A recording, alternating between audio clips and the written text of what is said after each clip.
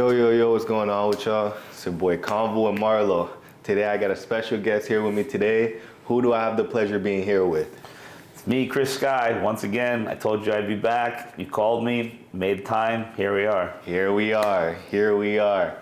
Now what is that? I'm pretty sure last time I had you on, it was March, April of last year, obviously in Edmonton. Yeah. You was in my city, now I'm in your city. Now before I get into the questions I want to ask you, first and foremost, how are you feeling? What's going on? I'm pretty amazing, actually. I spent the whole year touring all over the world. Jeez. I had a world tour, and I had it started in the United States, actually, because I was invited there for an American Liberty Award in Texas. I was the only non-American nominated for these awards. Jeez. And that's what actually got me into the United States. I've been banned from the United States for over 10 years. How do you get banned from a country? Well, why am I always asking you, how do you get banned from this and that? and this was before COVID. And I'm even married to an American citizen. Yeah. And I got married in the US, and I was still banned. Why was I banned? Because since 2008, I've had a medical marijuana license in Canada, and I actually had a license to grow weed for the government for a long time, since 2009 or 2010. Yeah. And in 2017, they started sharing information with the United States. So when I went to cross the border one day, they saw that I had the medical marijuana license and that I had a license to grow weed, and they said, well, that's illegal in the United States. So we can't blacklist you, or we can't, they couldn't charge me with anything. Yeah. So then, because I didn't have a criminal record, I couldn't get a pardon, or I couldn't get a waiver because I wasn't eligible for either. So I was just in some weird gray area that every time I'd come to the States, they would just turn me back. See. So this time I went there with the, and I tried to go up from Mexico instead of going in from Canada. And I went in on a bus, and I got, let's just say I got stopped at the border. They scanned my passport, and it literally set off an alarm. And they grabbed me, and they questioned me, and then I got thrown into a cell. And about 8 hours later, they knew exactly who I was. They found out I was coming there to do the award show, so they thought it was pretty cool. They actually let me in. Wow. After arresting me, detaining me 8 hours, they let me into the United States, so hats off to U.S. Customs Border. Thank you, guys. I ended up going to Texas. As soon as I got into Texas, that's when my tour officially began. I didn't have anything pre-planned, anything pre-booked, not even accommodations, nothing, except for in Texas for the award show. And from that moment, as soon as people found out I was in the States, I ended up going to Texas, Florida, back to Texas, New Mexico, Colorado, Las Vegas, California, Washington, D.C., and Vermont. And those are and Connecticut. And those are all the places I had events in. And that was in about a 6-week time period. So I spent about 2 months, just under 2 months in the United States. Yeah. I went through at least 10 or 12 states. I had events in almost 10 states. And it was an amazing tour. I saw that the people in the United States are a lot more patriotic than we are in Canada. They didn't have to go as far as we did. We didn't have a big trucker convoy because they had the Constitution. The Constitution protected them. So when they said to their work, I don't want to wear a mask, if they got fired, they could actually sue and they would win. Unlike in Canada, where we just got screwed because we have something called the Charter of Rights and Freedoms, which is basically toilet paper. So the United States was basically sitting back and watching and laughing at us. Because not laughing at us so much. At first they were, because we had it so bad. But when we stood up for ourselves, we actually gained their respect. Probably for the first time in a long time. Because everyone sees Canadians as soft, which we are. But when push came to shove, we did stand up for ourselves and we did get our freedoms back. But in the United States, there is a seething anger that if they ever try to do that again, I don't think it's going to go over very well over there. And that was a good feeling for me. It was nice to see that there's people that are a lot more like me. I feel like I'm a lot more like Americans than I am Canadians, because there's no way in hell I'll ever wear a mask, no way in hell I'd ever take the jab, etc. And that's a lot how Americans are. A lot of them anyway. So I was happy to be there. I had a really good time. From there, I ended up going to Serbia. And because I had about 2.5 weeks before I had to continue the tour in the United Kingdom. So I wanted to go to Serbia for a couple of reasons. A, I knew a couple of people there I wanted to visit. B, and I'm sure you can agree, did you ever hear anything about Serbia during COVID? Not at all. Exactly. It's like it didn't exist. So I was like, I wonder why. So I went over to Belgrade and I started talking to my friends over there, and I went, so what happened with you guys in the lockdown? They're like, lockdown? We didn't have a lockdown. I go, what do you mean? Everyone had a lockdown. Not us. Well, what happened with you guys? Well, in October 2020, they told us that they wanted us to stay home and wear masks, and they were going to mandate everything. And within 48 hours, all the government buildings were on fire, and all the government officials were being dragged out into the streets. Yeah. And all of a sudden, there was no lockdowns, no mandates, no forced business closures, no masks, no jabs. And you know what else there wasn't? No mass hospitalizations, no mass deaths, no mass mental health crisis like we have, no mass business closure crisis like we have, no mass inflationary crisis like we have from giving out all this free money, and no media coverage whatsoever. Yeah. Why? Because it proved that you didn't need lockdowns, you didn't need mandates, and in fact, those things didn't help. They hurt in a lot of ways. A lot of ways mentally, a lot of ways financially, and we know they didn't really help with COVID, and it was about control. So Serbia was a real eye-opener, and a lot of people should understand that. And one of the real reasons, and people aren't going to want to hear this, that it was so easy for Serbia to stand up and rise up and fight back is because Serbia is full of Serbians. When you come to Canada, what do we have? We have so many different cultures, and they're literally made to try to segregate us and try to turn us against each other. And then what happened? When things like COVID happened, we all retreated into our own communities, and even some of us into our own homes. Some of us even from our own families. Over in Serbia, because it was full of Serbians, and everybody knows everybody, and everybody's related to everybody one way, shape, or form, within 48 hours, the whole country stood up in what I call united non-compliance. And they just said no. And that's what I was telling people from day one. I was telling people that from March. In April 2020, I created the term united non-compliance. And we got a hint of it when we saw the trucker convoy. But Serbia did it. Serbia did it. In like 2 days, everything was done. And it would have been the same here. Imagine when they said, everyone stay home, everybody close your businesses. Everybody just laughed it off and didn't. And the world just kept going as normal. What would they have been able to do? Yeah. Answer, absolutely nothing. And we would have all been better off than we are today, except that we learned a lot in the last 4 years. At least some of us did. Some of us are on jab number 6 or 7. Those people didn't learn very much. Nah, I could see your nothing has changed from the last time I had you on. You know what I'm saying? What I mean by that is like you're still standing strongly behind all the things that you spoke about last time I had you on. With even more conviction, because so much evidence. Even more? How many more? Well, I said with even more conviction of what I speak, not more conviction. Yeah. 0 convictions. I just beat my 74th charge like 3 days ago. You're making these numbers up. No, I'm not. No way. No, I'm not. 74th. 74th. Don't you get tired? Like I said last time, who's keeping track? My lawyer. Who the fuck do you think keeps track? Man, your lawyer must be getting paid the top utmost dollar. I don't even want to talk about that. Thank God he believes in what I do. Thank God he's literally like a fan. Thank God we talk like friends, and thank God he believes in what I'm doing. Otherwise, this would be a headache. A headache would be an understatement. It would be a second mortgage. The amount that I pay on lawyer fees is more than most people make in a year. But you got to do what you got to do. I mean, since you're an honest person, you seem like you put everything out there. What's the number? What's the number? It's in the 6 figures, that's for sure. Yeah. 6 figures? Yeah, it's been 4 years, bro. You do the math. Even at 20 grand, 25 grand a year after 4 years, that's 100 grand. Yeah. And it definitely costs more than that. I promise you that. Even just to get out on bail costs 2-3 grand every time. And I've been arrested 27 times. Not every time that I have to pay to get out on bail, but at least probably 20 of those times I did. So just from the bails alone, you do the math. And that's money you don't get back. Yeah. Sheesh. A few months ago, I'll make my way back up to what we was just talking about. But a few months ago, I saw when you're having your campaign going on, we're going to get to that also, a dude came up to you. It was in this city. And I think you thought he was going to shake your hand or whatever the case would have been. And I think he hit you. Hit me. Did he hit you? No, no. Or he came I know exactly what you're talking about. That was or at least it looked like that was literally a set-up incident where they knew that the kid that was filming me was a minor. Yeah. He looks like a big dude on thing, but he's literally a child.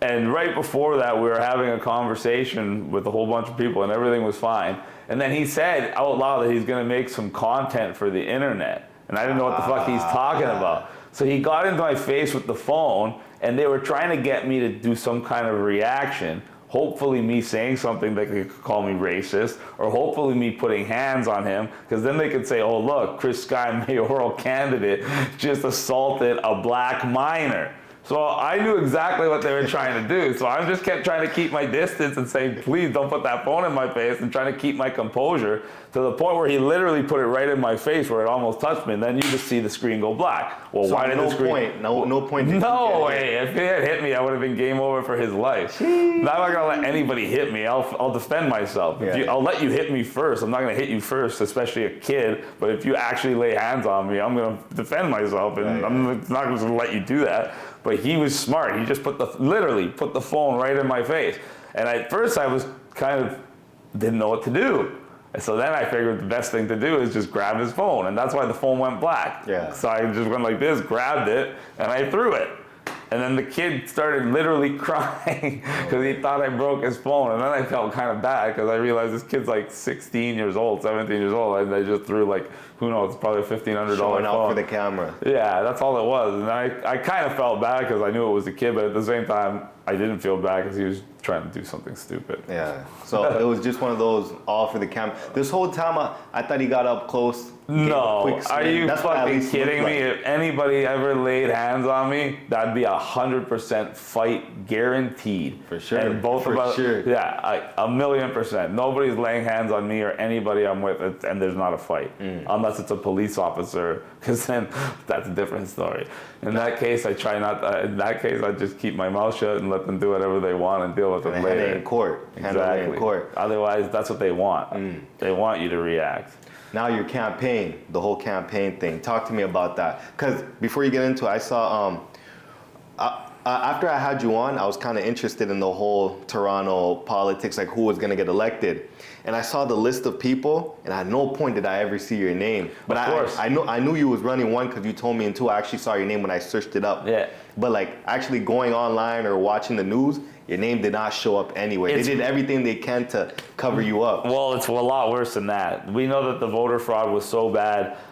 We actually had people that were working for the electoral committee, and they were supposed to be the voter fraud committee, come forward and actually fill out and sign affidavits explaining. We had almost half a dozen different types of voter fraud and different examples of voter fraud, proving this voter fraud. And we submitted the lawsuit in time, in the right format, and they're supposed to get back to you within 72 hours. Yeah. But they didn't want to do that because obviously they knew we had evidence, and obviously we knew we could make a lot of problems. So we just had to wait, and we kept asking them, when are we going to get to hear from you? And they said, oh, we're just looking everything over, we'll get back to you soon. Almost 8 weeks later, so after Olivia Chow got to take office, got sworn in and starts doing her thing, they got back to us and said, oh, we can't accept your lawsuit because you filed it in a PDF format and it's supposed to be in a Word format. And we go, excuse me, hang on a second. Went right to their own website for the election fraud section and filing a lawsuit. And in bold black letters, it says that you can file a lawsuit in both PDF and Word format. So we literally sent them back a response with a screenshot of their own page explaining that we're in compliance, so how about our lawsuit? And you know what they did? They just simply never wrote back. Exactly. And then it's funny, I had 2 different election analysts, and they did not know each other. And they worked at 2 totally different ways. They said they came across this data. And one guy told me that the data showed him that I got between 25 and 30% of the vote. And I just wrote it off as whatever. I didn't even know who this guy was. I just thought some random guy. And then coincidentally, just last night, another gentleman who's specialized in statistics and getting this type of information said that he got data that showed that I got 27% of the vote, which is exactly in line with what the other guy said just after the election happened. Yeah. And if I had actually got 27% of the vote, that would mean that I won the election. So do we think that I got 8,000 votes when I had almost 4,000 people show up to my barbecue? Sheesh. And when Olivia Chow had about 40 or 50 people show up at her barbecue, but she got 300,000 votes. I got 8,000 votes, but I had thousands of people showing up to my events. Does that make sense? So are you saying it's rigged? oh, the elections are 1,000,000% rigged, 1,000,000% fraudulent, and I can tell you. Are you saying it's like a countrywide thing or Toronto specific? It's country. It's not just country. It's countries. They do the same exact types of voter fraud here in the United States and Australia. They have multiple ways that they do voter fraud and that we uncovered, and I can tell you about them right now. Let me hear it. Well, the first one they do is, say you own this place and you have another house in another town. You get 2 voter registration cards, one for each address. Yeah. On top of that, you get an early voter registration card and you get a normal voter registration card. The early voting, you can go to different poll station as the normal voting.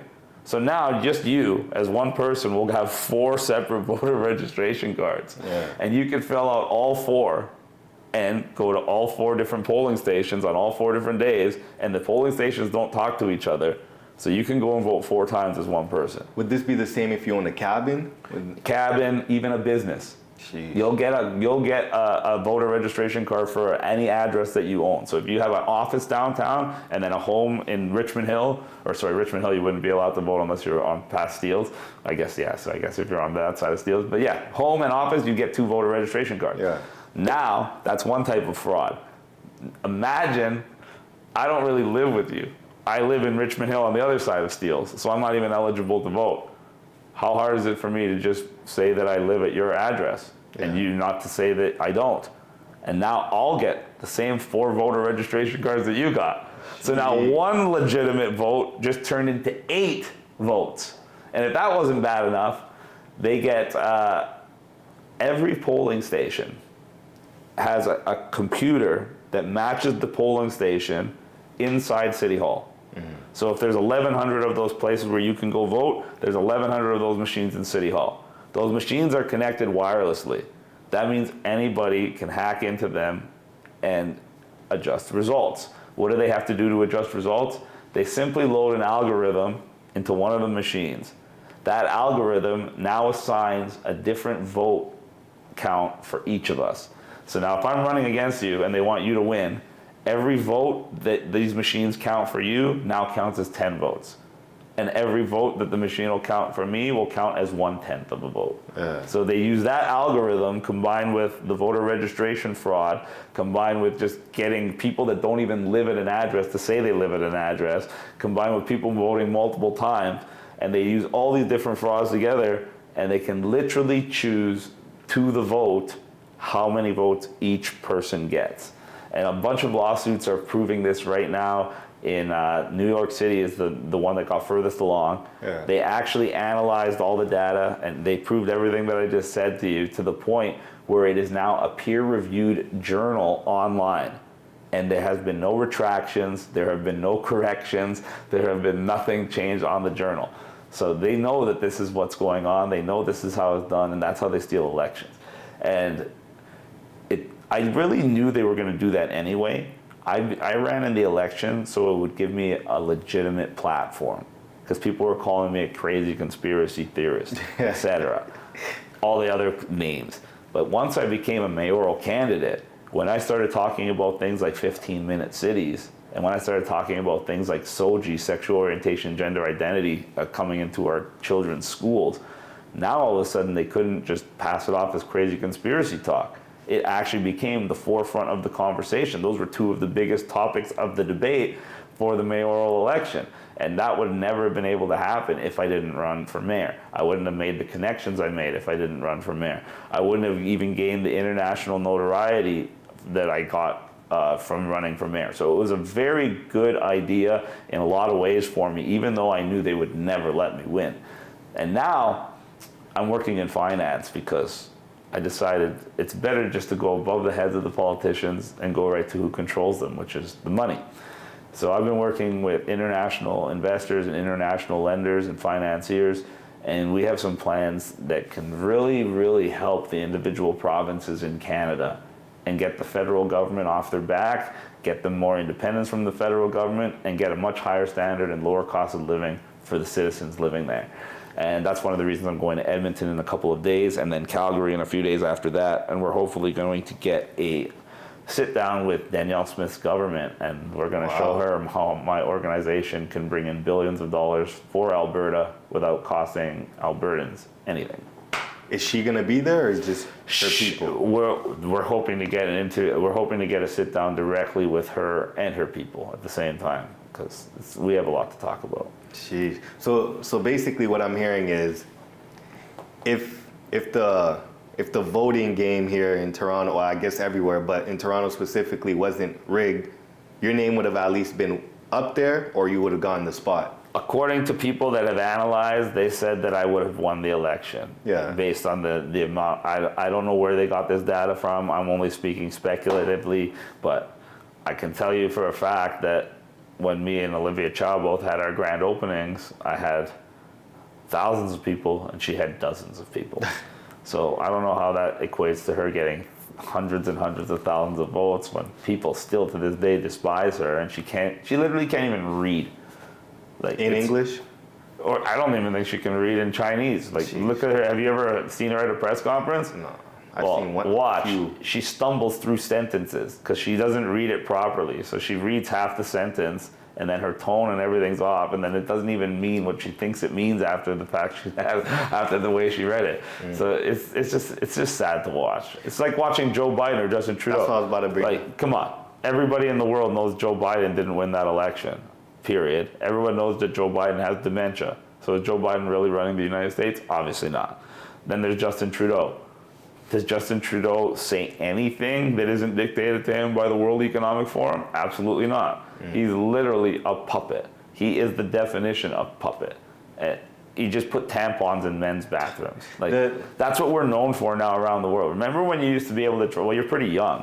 When I was young, like your age, people used to sew Canadian flags on their backpacks to make people think they were from Canada so they would get respect when they traveled around the world. Yeah. We don't get respect anymore when we travel around the world. People are like, oh, you're from Canada? Ooh, you got Trudeau over there. Ooh, why did you guys keep voting for him? And it's gotten to the point, before they kind of used to feel sorry for us, but now it's gotten to the point where they kind of blame us. And even Joe Rogan talks about it. I see Joe Rogan talking down on Trudeau, talking about Canada as becoming a communist place now. Well, see what they did to David Menzies at Rebel News yesterday? He was trying to question Chrystia Freeland and some undercover cop who was not in uniform, not in anything. Chrystia Freeland's walking, and he's like this. David Menzies is walking with her, facing her, and as he's walking, this cop comes and stands right in front of his way. So as David's walking, he bumps into him. And he's like, oh, sorry, I didn't see you there. Excuse me. You're under arrest for assault. And they arrest him on the spot and drag him away. It was like 2 days ago. Yeah. That's the ridiculous level of Canada. I'm still banned from flying on certain airlines. They still have What airlines? I'm banned on Flair. I'm banned on all of WestJet and Swoop. All of WestJet. Oh my goodness. I was banned on Air Canada. They let me back on. And now even every time I fly on Porter, even though they've always been amazing to me and they usually upgrade me for free, I don't know why, but every time I try to check in, it says I can't check in online. I have to check in at the airport. Yeah. And when I go to the check-in counter at the airport, I end up stuck at the check-in counter for like an hour and a half, and they make like 4 or 5 separate phone calls and they keep telling me that it's just some random security check. Always. But it's at the check-in counter. It's not even at the security counter, and it happens every single time I go there, so it can't be random. But at least they let me on the plane, so I'm not really going to complain about that. And they're actually a really good airline, I have to say. If you became mayor of Toronto, what would be some of the first few things you would have changed? The first thing I would change is the corruption and the waste. I would have got rid of all the waste. I would have got rid of all the illegal spending, and I would have got rid of a lot of the illegal people. Jeez. And that's why they knew there's no way they're going to let me win, because I would have cleaned house would have been an understatement. So when you say get rid of illegal people, what about those illegal people that are still working 9 to 5s or doing the best they can to work a 9 to 5 and trying to get their permanent resident, or I guess it would be temporary then permanent resident? Oh, I wasn't talking about illegals like as illegal immigrants. I was talking about people in the government that were doing illegal shit. You gotta be more specific when you're saying these things. I would get rid of the sanctuary city status of Toronto, because people don't even know that Toronto is a sanctuary city or how that impacts and what that really means. And sanctuary city status is really bad, because it means that it brings all the worst of the worst illegals with the worst criminal records into Toronto. Why? Because if you're in another place and you're illegal, they can check. And if they see that you're illegal, they will then run your record. And they'll see that you raped 5 women or you murdered 3 people. And at that point, you're going to get arrested and most likely deported. Or you can flee to Toronto, a sanctuary city. And now, not only can they not ask your status, under no circumstances can they check your criminal record. And we have now over 300,000 illegal immigrants living in the downtown city of Toronto. And the vast majority of these have serious criminal records. We're talking rape, murder, armed robbery, home invasion, things like that. And they're living right next door to normal people, and you have no idea, and the police aren't allowed to do anything about it. Sheesh. That's sanctuary city status. So no, that's got to change. And the idea of bringing over 600,000 people a year, that's not a mayor's job. That would be Justin Trudeau. But that's also got to change. That's not sustainable. They want Canada to have over 50 million people by 2030. We can't even sustain what we have. We have one of the largest and fastest growing homeless populations in the developed world. We have so many people that are living paycheck to paycheck. So many people that have no homes, can't afford housing, can't even afford their rent, and they want to bring in an extra 600,000 people a year? How are we paying for that again? Oh wait, yeah, they'll just print more money and give us more inflation. How much inflation do we have so far? Have you tried to buy groceries yet in Toronto? No, I don't even bother. Go to a grocery store, see how much $50 gets you. I can't, because fucking you got to pay for parking damn near everywhere. There's no such thing as free parking. There you go. So by the time you even get to the grocery store, you either have, unless you could walk there, you have to either pay for an Uber or you have to pay for parking just to get in the place. Yeah. And then watch how far your $50 goes. I was in Mexico, I was in Serbia, I was all over England, I was in Netherlands, and guess where the most expensive place is for food by far? Right here in the GTA. When I was in England, I was getting steaks like ribeyes for $3 to $4 or $3 to £4, which even with the conversion is $6 to $7. You're not going to find things like that here. And your money can actually go further in other places. People think Canada is still one of the best countries in the world, and it used to be, maybe 20 years ago. It's not anymore. They just have a very good marketing campaign and very ignorant people. What's good about Canada? We have some of the worst weather in the world for 6 months out of the year. We have some of the highest cost of living, especially in the GTA. The average rent here is almost $3,000 a month. Sheesh. There was an ad in the rentals just the other day for a girl who was renting just a bedroom. So she had a bedroom with a shared bathroom, already sharing the bathroom with someone else in the house. Yeah. She was offering the other half of her queen size bed for $600 a month. Jeez. That's the rental situation in Canada, in Toronto. This is where we are at. And then the government said they're going to take, another $1 billion to somehow advance the housing market. I've been in development for over 20 years. That's what I do. Develop, design, and build low-rise residential. How is the government taking $1 billion of our tax dollars going to somehow build houses faster? You know how you build houses faster? You get the government out of the way. Do you know when you pay $1 million, someone pays $1 million for a house anywhere in Canada? You know how much money of that is taxes, fees, levies, or other money that goes to the government? Answer, over $300,000. Around $330,000 to $350,000 of that $1 million is all going to the government. Yeah. The developer and builder might make $80,000 to $100,000. So they're doing all the work, they're putting up all the money, they're taking all the risk, and the government's responsible for more than 30% of the cost of that home because that's how much money they're making off everyone. And why is it so much? Because you have to pay development charges, building permit fees, levies, taxes, etc. And every one of those steps causes time. And I don't know how much you know about development, but most people that do developments, they don't buy the land cash. They buy the land with a mortgage. Yeah. So then every month that goes along, you're paying interest. Every interest dollar now has to get passed on to the customer. So when the government makes you jump through a million hoops and adds over a year to your development and building process, those millions of dollars you just wasted in interest payments now raise the prices of the houses even more. And the developer's not making that money. No, the banks are making that money. And the government's making all the money. So the vast majority of money being made in development and building is being made by the government and being made by the banks.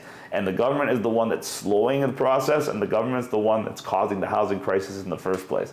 And their idea is by taking almost $1 billion of our money, that's somehow going to alleviate the problem. No, all that's going to happen is they just stole $1 billion. They're not going to address the problem at all, and then they're going to come up with an excuse for why the $1 billion is gone. Jeez. Now going into the events that you said you got coming up, yes, and some of the past events also. You're getting booked for shows in the States. I got booked all over. All over the States, and now overseas. You was talking about overseas also. I was booked all over England. I was at they asked me to headline the Worldwide Rally in London again. We had 30 to 50,000 people there. It was crazy, yeah. I got up to Liverpool to speak outside about 15-minute cities. You don't ever get nervous speaking in front of a whole bunch of people about, controversial type of topics? Why would I get nervous? Because I'm just saying, you never know what type of... The thing is, I guess you know the type of audience you're talking to, but all it takes is one person. Oh, buddy, when I went to Liverpool, they had all Antifa supporters and all those idiots on one side of the road and all the normal people on the other side of the road. What's your normal? So you know what I did? What's the definition of normal? Normal is people that want freedom, people that want to make their own decisions, people that want to be independent, think for themselves, and want to provide for their family and their loved ones. Abnormal is doing whatever you're told without questioning it and not thinking for yourself. Wearing a mask when you know it does nothing. Taking a vaccine that you know is going to harm you rather than heal you, etc. Those are the idiots. And all these little Antifa morons they try to act hard, wearing all black and wearing little black masks, and they all line up and they all have like little weapons and stuff. You can see on video what I did. I left the crowd of all of the good people and I walked right up to the Antifa crowd. And I stood by myself in front of hundreds of them. Yeah. And you know what I do? They all start throwing stuff. They all start talking shit. I wait for one of them to actually engage me with conversation. And then I ask them a couple, no, it does. No. Always it happens, because there's always one out of the hundreds that's like, look at this guy. He's just standing here. He's letting us do all this. He's not even doing anything. So they get curious. So they ask a genuine question. And I'll answer it. Yeah. And then all of a sudden I have dialogue. And you know what happens? They all turn on that one person. And then they all start fighting amongst each other. And then they all start fighting amongst each other to the point where the police came over, 2 officers, literally, 1 officer on each elbow, picked me up like this, so gently, carried me across the road and put me down, placed me down. And that's what happened. I'm not afraid of these people. And then I talked in Liverpool. This was fantastic because I talked about 15-minute cities and everything, and then I started talking about pedophilia, child trafficking, which is probably the largest problem in the entire world right now, the largest by industry standards. More money, more black money than the arms trade and the drug trade. Why? You could sell heroin one time, you can sell a gun once, but you could sell a little 6-year-old girl 20, 30 times a day. And then once you can't do that with her anymore, you can cut her open while she's still alive, harvest her organs for tens of thousands of dollars, harvest her nice clean blood that old people use, and her bone marrow and all this other stuff that's actually valuable. People, that's what they're doing to children, and they're doing it to millions of children a year. And I actually got hooked up with a gentleman named Pastor Felix when I was on my tour in the States. He's from Miami. He's a very, very successful and wealthy gentleman. He's 70 years old. He's got 13 kids, I believe, and grandkids right now. And he didn't know about the child trafficking until he saw the movie Sound of Freedom. And it touched him so much that he created an organization called Saving a Child. And it's a massive organization. We started it officially in October together. He made me the official face and voice of the organization for the entire world. So I talk about it everywhere I go. I talked about it when I was in England, like I'm talking about it here. And we now have members in over 61 countries and growing. And our plan is to get 10 million members in over 100 countries and have a huge anti-child trafficking network, anti-child trafficking army, anti-child trafficking fund that in real time can save these kids. And I was talking about this in Liverpool, and I was near the end of my speech and talking about the pedophiles and everything. And we went on this big march, like we normally do. As we were marching through the main square, there was a dude in a store at that exact moment trying to molest a little girl. No way. as an entire crowd of people just walking by that just heard me talk about pedophiles and what they do to these kids. Buddy, that guy got dragged out of there. He got stripped naked, and I've never seen a beating like that. Yeah. He was covered in his own blood, and the cops only broke it up so they could arrest him. And that's the kind of energy that's coming now. If you saw, we've never had this kind of awareness or this kind of people standing up against pedophiles, child trafficking. Now we have Canada-wide protests against Soji with Muslims and Christians and atheists all coming together. They pushed too far. They went after the kids, which I was warning you from day one, which was their ultimate goal. COVID, climate change, LGBT agenda, this is all about getting to the kids. And why? Because as we know, the people in power are rampant child sexual predators. Look what just happened with Jeffrey Epstein and the list becoming unveiled. What most people don't know is who had to pay the largest fines so far associated with Jeffrey Epstein? You gotta tell me. 2 banks. Why is it banks? Because the banks were the ones facilitating the international child sex trafficking transactions, knowingly and willingly. So instead of having all these banks arrested and broken up and et cetera, what did they do? They just paid a big fine. Yeah. Deutsche Bank in Germany, 75 million US to 1,000 victims of Jeffrey Epstein's trafficking. JP Morgan Chase, probably on the list too, in his book, they have to pay out $290 million so far in hush money to keep that list quiet. And still not one person has been arrested, not one person has been charged besides Mr. Epstein himself, who was supposedly dead, but probably not, and probably living on Epstein Island number 3. We know Oprah is going to be in that list. We know Tom I saw Hillary Clinton on that. Oh, for sure. List. They've all been What else there. did I see? Yeah, I've seen. Justin Trudeau's on that list. He? Oh yeah, his wife is even on that list, and a whole bunch of celebrities that everybody grew up worshiping. And now they realize that they're worshiping people that rape, molest, and literally rip children apart. Yeah. It's absolutely disgusting. And this happens, the number one customer for this in the entire world is the United States, by the way. And they have literally millions of kids go missing a year. It's so bad in the United States that me and you can go get one of those creepy cargo vans. We can drive to the US border and we can be dressed exactly like this, and with less paperwork and less money, we can go and pick up a child from the border easier than we can go get a dog from a dog shelter. Wow. And there's so many of them just sitting there. We can drive there and literally pick and choose the ones we want. That one, that one, that one. Fill up our cargo van and drive off. And they'll never ask, never know where these kids went. And we might be the greatest guys in the world and bring each one of these kids to their forever homes of loving families. Or we might bring them to a child sexual predator who's going to turn them into child porn stars and then harvest their organs. And So when you go out to all these different places, these are one of the things you talk about. Everywhere I talk about. It's called Saving a Child, and people can get involved by simply going to joinchrisnow.com, and they can share that around. There's options to be free members. There's options to be a monthly paid member. The membership fees go as donations to organizations that help child. So that's what he created it for. He created a for-profit corporation that's designed to create a massive network and a massive funding operation to combat child sex trafficking, because there's nothing like it. And we need to do it as private citizens, because as we know, it's the bankers, the government, the lawyers, the judges, the law enforcement. These are all the people that make up the child sexual predators. So you can't rely on a government or the law enforcement or the court system to help these kids. They're the ones that are facilitating this. They're the ones that are doing this. So we as private citizens need to step up and get it. Because you don't even hear about this on the news. It's the biggest thing in the world. It's $1 trillion enterprise and millions of kids are being killed and brutalized every year. So why isn't it on the news every day? Why aren't they talking about it? Why aren't we going after these people? Because they also own the media. So what do? We just sit there and let them rape and pillage millions of kids? Or do we do something like this and we unite the world and bring everybody up with awareness? That's exactly what we're doing.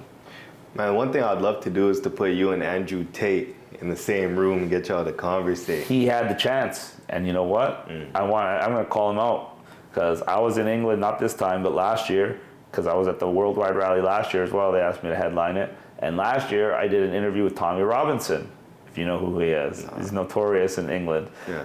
He's very well known. So me and him did the interview, and when we were done, he said the exact same thing that you just said. Yeah. And I was like, I would love to collaborate with Andrew Tate because he's got a large reach, he's got a lot of money, and if he actually cares and he worked with me, we can make a huge difference. He's like, well, you know I'm mates with him, right? I'm like, really? It's like, yeah, if I call him right now, he'll answer. I'm like, bullshit. It's like, I'll prove it to you. So he calls Andrew Tate right in front of me. Yeah, yeah. And Andrew Tate answers, and it's on speaker. And Tommy's like, hey, Andrew, I'm with Chris Sky. You know who that is? And he's like, yeah, I know who that is. He goes, well, he says he wants to collaborate with you and thinks you guys can help a whole lot of people. You know what Andrew Tate said? Tell him to spend $5,000 and join my Hustlers University, then we'll talk. That's what he said. So are you going to join it? I told him to suck my dick. I was like, who says that? Like, why wouldn't you spend the $5K to... Why would I spend $5K to him? I'd rather give $5K to charity. If he said something like that, if he's like, oh, tell him to give $5K to this children's charity and then we'll talk and we'll do this. No problem. But he's like, give me $5K. Buddy, you're one worth $100 million. You should be giving me $5K. But I'm gonna give you $5K to the privilege of talking to you? Like, that's ridiculous. So when people show that they're not really about people, well, he never really says he's about helping people, so I can't really blame him. He says he's about teaching guys how to be like him, which is successful, and he is successful. He's a fighter, he's an alpha male, so I can't really blame him for not wanting to be like me and just help people for nothing. Like, not many people are like that, but whatever, it is what it is. I thought he'd be. I was expecting him to be a little bit more willing to work with me. Because I think he thought it would be beneficial for the world. I guess with these type of things, you never know. People could switch on a dime. 100%. He could have also just been joking and just talking shit. It could have been anything, right? Because the thing is, since you don't know him like that, like offline, you don't know. Exactly. That's why. So I don't want to read into it too much, but we did have a conversation once, and that's all that happened. So the last few things I want to ask you before I let you go is, we're early into the new year. Happy New Year's, by the way. Thank you. Same to you, brother. Thank you. What are some of the plans you got for the year? You already spoke about the next few days. You're gonna go to Alberta, do whatever it is that you're gonna do there. What's more to follow? February, March, April, the rest of the year. Well, my plan is actually, after I'm in Calgary and I deal with Calgary, I'm going to be in Vancouver, and then I'm going to be spending about a month in Colombia learning Spanish and some other things. Where in Colombia? Medellin, Bogota, and Cartagena. One of my best friends is retired in Cartagena. I have business to do in Bogota, and Medellin I've just never been yet, so I really want to go because everybody tells me I have to see it. So. Are you Medellin? Is it Medellin? Like where Pablo's from? Yeah. Oh, okay. Yeah. Okay, so is it just those places you're hitting so far? Those will be the 3 places I'll be for the month that I'm there. And then I'm focusing a lot on trying to meet with elected officials in different provinces and bring them the financial opportunities that I can, because I believe I can help generate billions of dollars in revenue in different provinces without costing the provinces, the taxpayer, or the provincial or federal governments a dollar. And it will really help the provinces, really help the people, and really snub Justin Trudeau. I'd love to do all 3 of those things. So, now, one place you'd really fit in for sure is Alberta. If it's one thing with Albertans and Trudeau, I have a house there. They you know hate that, each other. There's never been one person, like one Edmontonian that I've spoken to that has any type of love whatsoever for Trudeau. That's why I'm going there. That's why I have a home there, and that's why I want to talk to the government over there, because I know the government feels the same way, and I know the people will put pressure on the government to help themselves, because that's what they need to do. The government's supposed to work for the people. So if somebody comes to the government and says, hey, I have an opportunity that's going to make an extra $5 billion a year for Albertans, you don't think the Albertan people are going to want the government to take that opportunity? Of course they are. Now let me ask you this. To Chris Guy, what is a perfect world to you? There's no such thing as perfection in context, but you can always strive to be better. And I think the perfect world, I guess if you want to use that, is a world where we're constantly striving to be better. And by better, I don't mean, oh, let's use less emissions. I mean, let's treat each other better.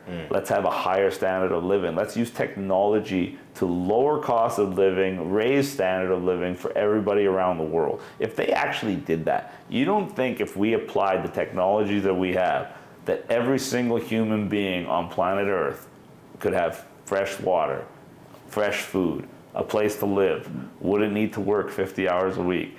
If they wanted to, they could create this utopia, but they don't want it. They want the duality. They want the class struggle, because that's what makes life special for them. If they made you rich like them, then they're not special anymore. And then you can also challenge them.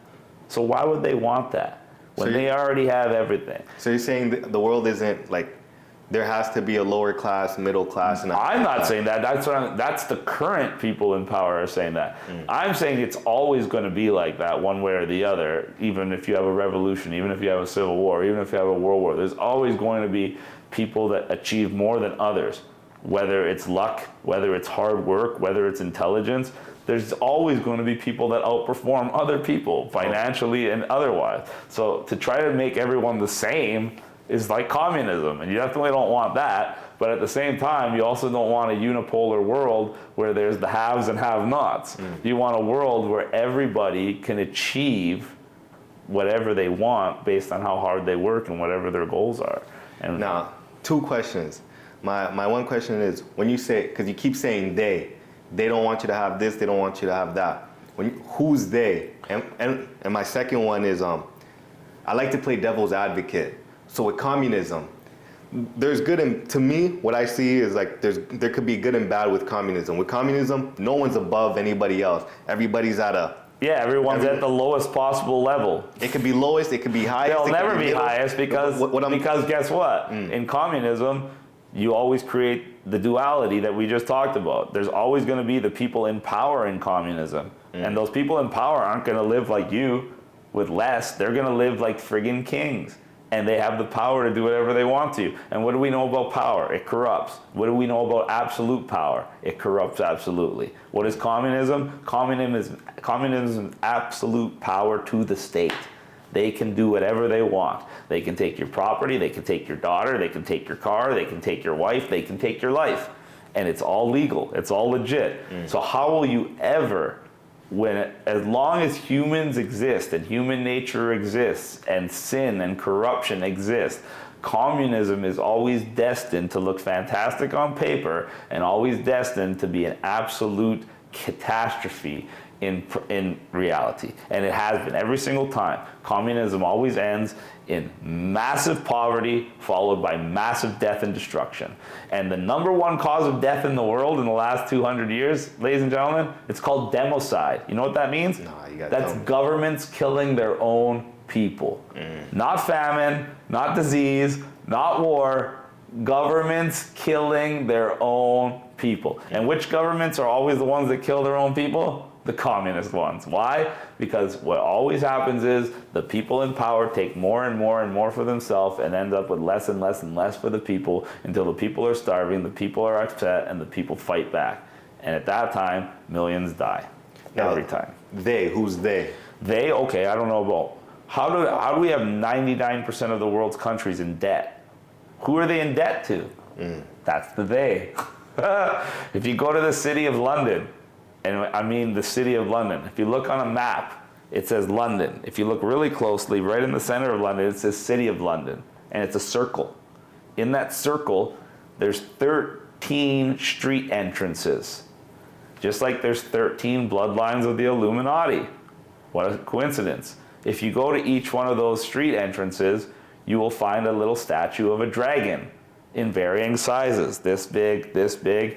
Each dragon will have a different coat of arms on it. Each coat of arms represents the family bloodline of the Illuminati. These families have been around for thousands of years. They span the globe. They have hundreds of ancestors and lineage.